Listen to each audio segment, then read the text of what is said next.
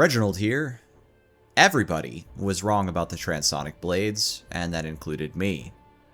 It turns out that they are some of the best weapons in the game, and I intend to show you why and also how to use them. But let me give you a little teaser.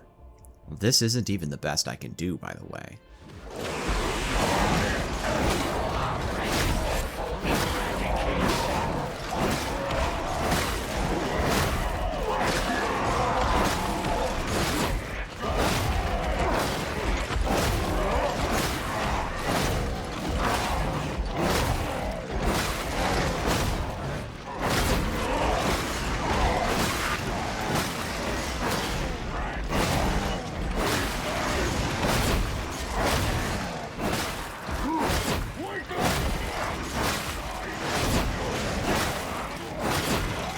And again, that's not the best I can do.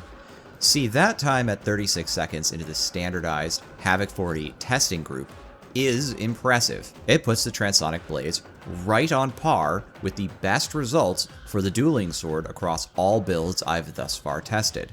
One might call it the dueling sword too, but my Alpha Primus build is, like most meta builds in Havoc, actually not designed to min-max for damage output. It's actually centered around team play and mixed utility. It's not designed around peak damage output and never was. If I min-max for peak damage output, I actually blow the dueling sword right out of the water. I will show you this build a bit later, so stay tuned. But how did I do this? How am I getting such impressive times on this weapon, even on my Alpha Primus build? Everyone who bothered to test this weapon has obviously taken it into the Psychonium and found that at like max, you're getting between like 1700 and 2100 DPS into Crushers, which is just nowhere close to the roughly 3400 or so you can get on an Auric Crusher with a dueling sword. How the hell does this make any sense?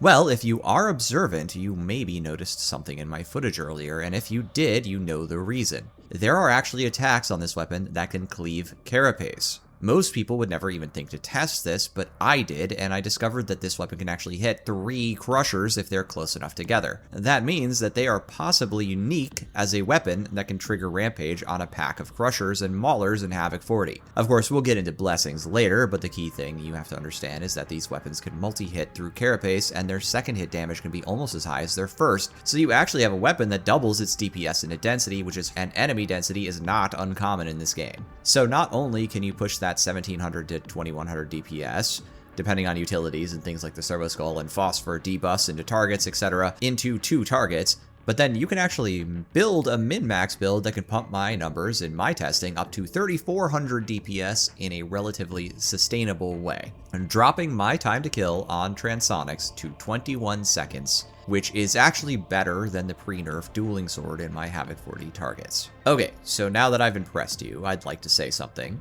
This did surprise me. I did not expect these results. Doing testing like this requires a lot of mods. My results are new and interesting.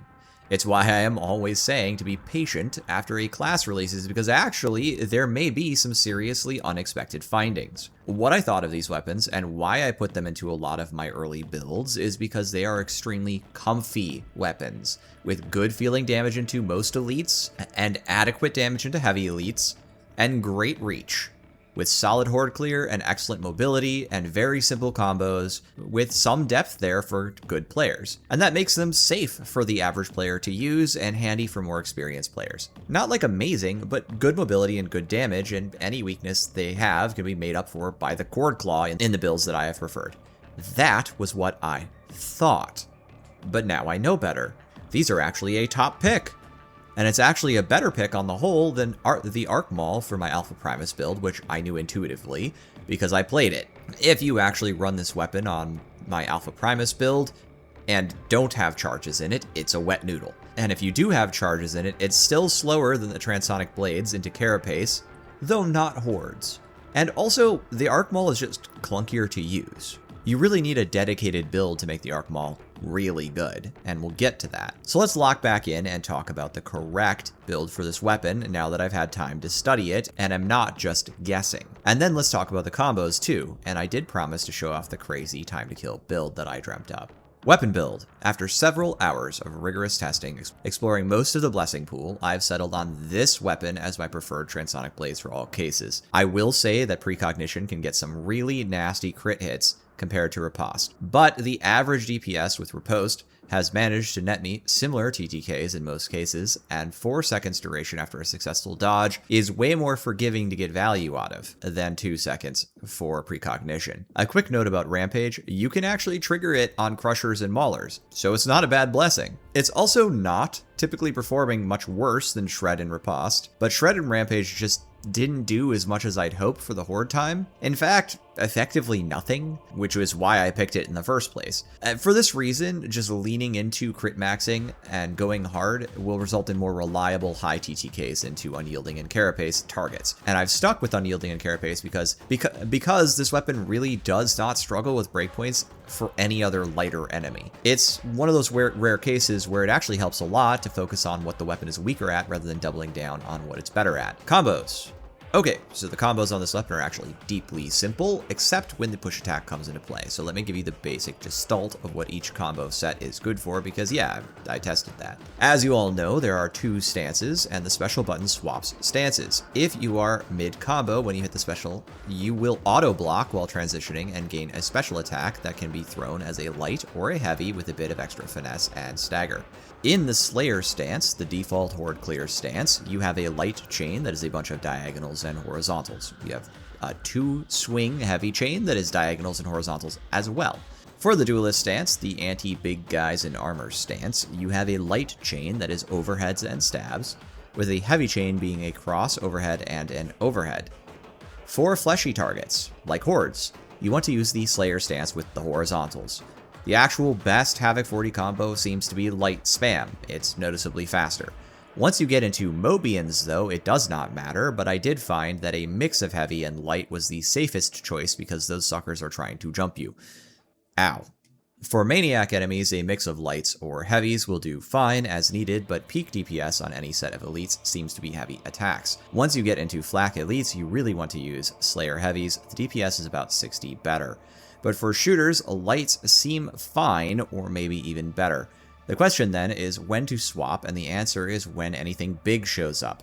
For flak targets, duelist mode is fairly favorable regardless of light or heavy spam, but once you get into crushers or bulwarks or anything else of importance, you want to just do heavy spam. Okay, so what is the push attack combo for each mode? Well, it's very handy and inverted from the typical mode's combos.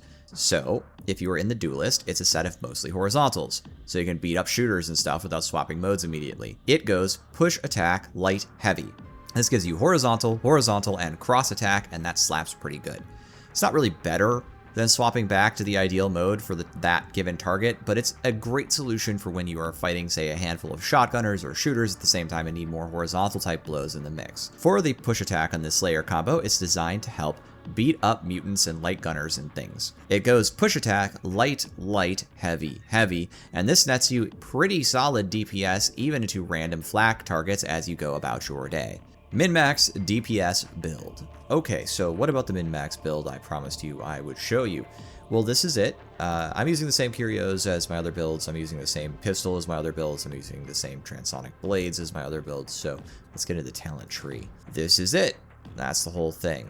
I'm not so sure I'm going to post this yet. I haven't had a chance to run it in Havoc 40, but the idea here is to min-max for melee damage as much as possible. And it's got a few weird choices, so let's just go through what I did. So on this side of the tree, I wanted to path to some extra damage nodes. That was my objective. So I grabbed Binary Ballistics Protocol, and then Mobian Conductor, which we get 15% damage on ability use for 10 seconds, and 15% damage on our next attack after a successful dodge from Precision Combat Augurs. That's obviously a really solid buff. Power Redistribution Link is, of course, required for safety. I took Residual Current Buffer, assuming this wouldn't be a complete mean build.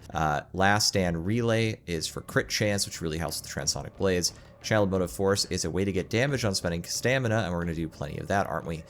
Artificer Servo Skull, and then Noospheric Command to help us boost damage. You can use this while shooting into our brittleized targets to do a lot of extra damage for free. That is another way to get damage down, but that is not part of the actual testing I did. That was just hypothetically a good way to get extra damage onto the class and bring the damage down even further. Then we have to go down this way to get some buffs. So we're going to need Servochlor Recharge Engine and Progressive Plating Matrix because that's pathing, but also critical for making this not a complete meme build. Sure Shot Cogitator is our path to Reactor Coil Recharge, even if the damage on this is not massive, though I might be at this point with how much Transonics is doing.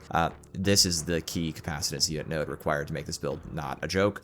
Sustained Assault Doctrine and Uncapped Arrestor, of course, and also to path to Foe Render Creed for extra rending, which is going to be critical for punching through that armor. Adaptive Combat Engram is a great node and is our path into Flensing Protocols. We need everything on Flensing Protocols here to maintain uptime. A node you can move is Enhanced Capacitance Protocols. I mostly pick this for testing purposes. It's nice to be able to regen your Flensing Protocols by just casting an ability, but I would be willing to sacrifice that and put that anywhere else. For example, Hydraulic Impact could probably be picked up here, and you could get heavy melee damage with this and boost the damage. This part of the tree is really critical for making this all work, because what we're going to do is we're going to grab Auto Repair Doctrines, grab Galvanized Coating as our pathing and safety node. Again, I'm trying to avoid this being a pure meme build. Electrostrike Conduit gets us a reliable way to electrocute enemies and also buys us safety in our melee combat strikes. Weakness Analysis Doctrine gives us 10% damage for electrocuted, and that pairs with Retribution Conduit for 10% damage versus electrocuted as well. And then we're also going to be shocking enemies all the time with this build, as you can see, which gives us 4% brittleness between our high crit chance opportunity.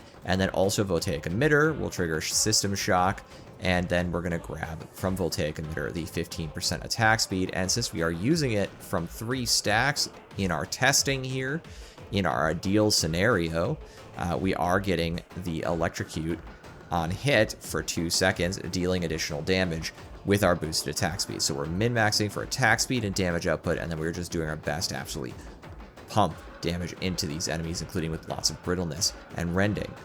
So that's the idea. I haven't run this in a Havoc yet. I have no idea how stable or good it is. It's probably not that great, but it does have some pretty impressive melee output, so if you want to give it a try, you let me know, okay? Outro. As I said, I am pretty surprised by the results of my own testing.